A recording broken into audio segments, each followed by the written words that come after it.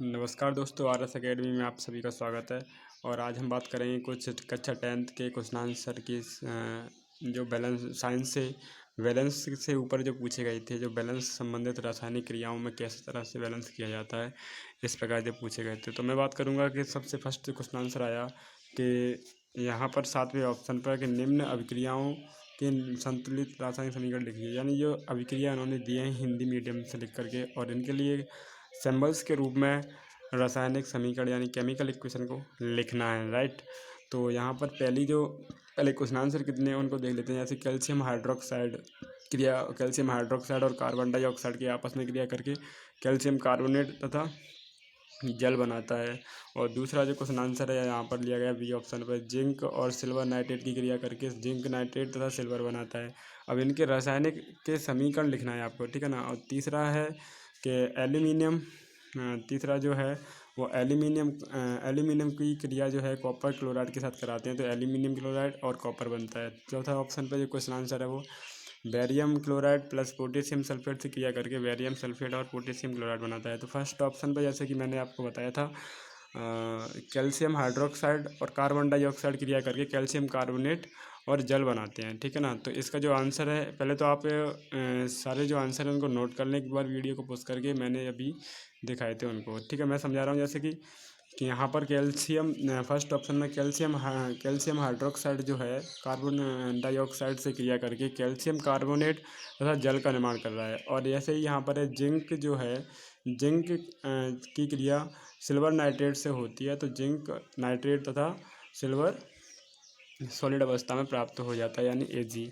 अब इनको बैलेंस कैसे करा जाता है, तो मैं अभी इसी इक्वेशन, ये पहले बैलेंस की हुई इक्वेशन है, इनमें मल्टीपल किए जाते हैं एटम्स के, वो बता रहा हूँ मैं। जो होता है द्रव्यमान संरक्षण का नियम का पालन करने के लिए मल्टीपल किए जाते हैं इनमें। तो तीसरा जो इक्वेशन में एल्यूमिनियम की जो क्रिया है वो कॉपर क्लोरीन से जो क्रिया कर रहा है, और यहाँ पर एल्यूमिनियम क्लोराइड और कॉपर अलग हो जाता है। यहाँ पर टाइप नहीं पूछा आपसे कि किस टाइप की क्रिया है बतानी है, लेकिन आगे चल के दूसरा जो 8वां वाला क्वेश्चन आ रहा है, इसमें कह रहा है किस टाइप की क्रिया है ये भी बतानी है समीकरण के साथ साथ। और यहाँ पर केवल समीकरण पूछा जा रहा है। जैसे बेरियम क्लोराइड की क्रिया पोटेशियम सल्फ्यूरिक अम्ल से कराते हैं, तो यहाँ पर बेरियम सल्फेट और पोटेशियम क्लोराइड बनता है। अब मैं आपको बताऊं कि ये किस तरह की क्रियाएं होती हैं। तो इसमें बैलेंस होता है, जैसे कि बैलेंस करना, जैसे कैल्शियम के कितने एटम हैं और शुरुआत में कैल्शियम के यहाँ कितने एटम हो रहे हैं। पहले तो तत्वों के नाम लिखते हैं, उस तत्वों के नाम लिखने के बाद कैल्शियम यानी एटम्स की गणना करते हैं। सबसे पहले एटम की कि एटम पहले कितने थे, यानी पहले का मतलब मेरा है अभिकारकों से, अभिकारक में एटम कितने थे, और जस्ट उत्पादों में अभिकारक जो एटम है वो कितने होंगे। तो अब यहाँ बैलेंस नाम लिखने पर कुछ बैलेंस असंतुलित होता है, तो थोड़ा सा मल्टीपल कर देते हैं उसमें, जो 2 का 3 का, तो वहाँ पर बैलेंस किया जाता है इस तरह से।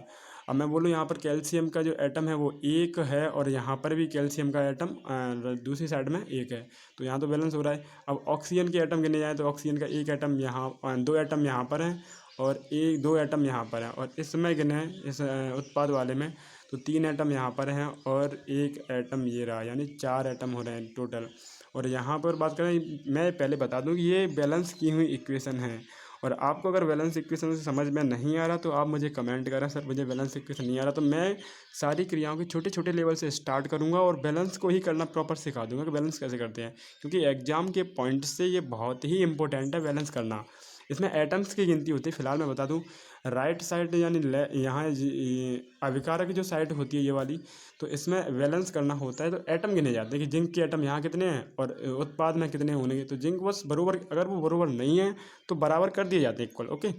तो ये जो क्वेश्चन आंसर हैं ये तो रेडी हो गए होंगे आपके। और ये जो अगर यही आपको तत्व इनके नाम नहीं पढ़ना आते तो आप मुझे कमेंट करें, मैं इसके लिए पर्टिकुलर वीडियो बना दूंगा जिसके नाम आप बना सकते हैं कि बेरियम क्लोराइड कैसे बनाता है, ये इसका फार्मूला कैसे बनेगा, कैल्शियम सल्फ्यूरिक अम्ल जैसे ये है तो उसका फार्मूला कैसे बनेगा। तो आप मुझे कमेंट करें, मैं उस वीडियो भी तैयार कर दूँगा। जस्ट आगे बढ़ते हैं। तो यहाँ 8वें क्वेश्चन में इसने पूछा निम्न अभिक्रियाओं के लिए संतुलित रासायनिक समीकरण लिखिए तथा प्रत्येक अभिक्रिया के प्रकार बताइए। यानी टाइप भी पूछा कि कौन से टाइप की अभिक्रिया, जैसे 3-4 टाइप की अभिक्रियाएं होती हैं उसमें भी टाइप भी बताना है। अब इसने फर्स्ट क्वेश्चन आंसर पे ये किया कि इसका समीकरण लिखना है। पोटेशियम ब्रोमाइड बेरियम आयोडाइड की क्रिया कराने पर पोटेशियम आयोडाइड बनता है और बेरियम ब्रोमाइड बनता है। तो यहाँ पर ये जो दिख रहा है, ये जो विस्थापन अभिक्रिया हो रही है, जैसे कि पोटेशियम जो है वो क्रिया करके पोटेशियम आयोडीन से क्रिया कर ले रहा है, और तो ये डबल डिस्प्लेसमेंट हो रहा है। और ब्रोमाइड जो है वो किससे, ब्रोमीन से क्रिया कर रहा है, जैसे बेरियम ब्रोमाइड बना रहा है, ठीक है ना। तो यहाँ पर डबल डिस्प्लेसमेंट की ये रिएक्शन हो रही है। और दूसरी मैं बात करूँ यहाँ पर अभी इनका वो लिखना है पहले तो समीकरण, जैसे जिंक फर्स्ट क्वेश्चन हो गया था वो वाला, उसका आंसर ये नीचे जो आ रहे हैं चारों उत्तर हैं। और मैं यहाँ लिखा बता दूं कि आपको दूसरे वाले क्वेश्चन आंसर में, जैसे कि 20 में पूछा गया है, बी क्वेश्चन आंसर में जिंक कार्बोनेट जो है वो जिंक ऑक्साइड से क्रिया करके क्या कार्बन डाइऑक्साइड, जैसे जिंक कार्बोनेट का क्या कर रहा है, जिंक ऑक्साइड बनना है और कार्बन डाइऑक्साइड गैस बनना है, यानी ये आपस में क्रिया करके जिंक कार्बोनेट बनाते हैं। और या फिर जिंक कार्बोनेट, यहाँ पर देख रहे होंगे उल्टी जो रिएक्शन बताई गई है कि जिंक कार्बोनेट पर जिंक ऑक्साइड तथा कार्बन डाइऑक्साइड गैस निकलती है, तो कार्बन डाइऑक्साइड की जिंक से क्रिया कराते हैं तो जिंक कार्बोनेट बनता है। नेक्स्ट की मैं बात करूं सी नंबर की, तो हाइड्रोजन और क्लोरीन की क्रिया कराते हैं तो हाइड्रोजन क्लोराइड बनता है। और इनमें बस केवल आंसर में केवल फॉर्मूले फिट कर देना है और उनका 2-3 से बैलेंस कर लेना है, ठीक है। जिसमें अगर आपको इतना भी नहीं आता तो नॉर्मली आप इतना सा याद कर सकते हैं कि ये जो है पोटेशियम ब्रोमाइड है और ये जो है बेरियम आयोडाइड है, ऐसे करके ये नाम लिखे गए हैं इन पर 1 2 3 4 की, तो ये नॉर्मल है, इन्हें याद कर सकते हैं। जैसे कि लास्ट में मैग्नीशियम है तो मैग्नीशियम का Mg हो गया, हाइड्रोक्लोरिक अम्ल है तो HCl हो गया हाइड्रोक्लोरिक अम्ल, और ये बनाने वाला जो है वो मैग्नीशियम क्लोराइड यानी A बन गया। अब मैं इनके टाइप बता दूं कि ये किस तरह की अभिक्रियाएँ हैं, और मैंने इससे पिछले वीडियो में भी आपको समझाया, फर्स्ट वीडियो में, कि किस तरह की अभिक्रियाएँ, कौन सी अभिक्रिया होती हैं और क्या उसकी पहचान होती है, डेफिनेशन होती है। तो आप एक बार उस वीडियो को जरूर देखें, मैं इस वीडियो के डिस्क्रिप्शन में उसका लिंक दे दूँगा, राइट। तो मैं बात करूँ ये वाली जो अभिक्रिया है वो पोटेशियम यहाँ पर अलग हो रहा है, पोटेशियम आयोडीन के साथ क्रिया कर रहा है, और ब्रोमीन जो है वो बेरियम के साथ क्रिया कर रहा है, यानी ये जो है डबल डिस्प्लेसमेंट रिएक्शन है, क्योंकि दोनों तत्वों का आदान प्रदान हो रहा है आयनों का, ठीक है।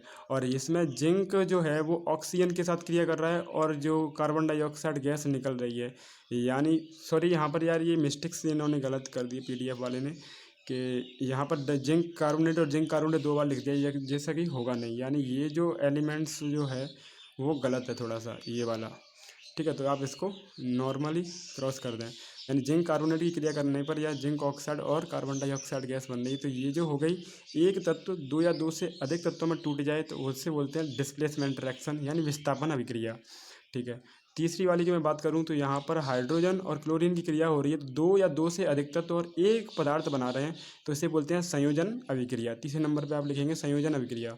चौथे नंबर की मैं बात करूं तो यहाँ पर हो रहा है मैग्नीशियम और हाइड्रोक्लोरिक जो है वो आपस में टूट रहे हैं, यानी मैग्नीशियम हाइड्रोजन से क्रिया कर रहा है, सॉरी क्लोरीन से क्रिया कर रहा है, तो यहाँ पर मैग्नीशियम क्लोराइड बन रहा है।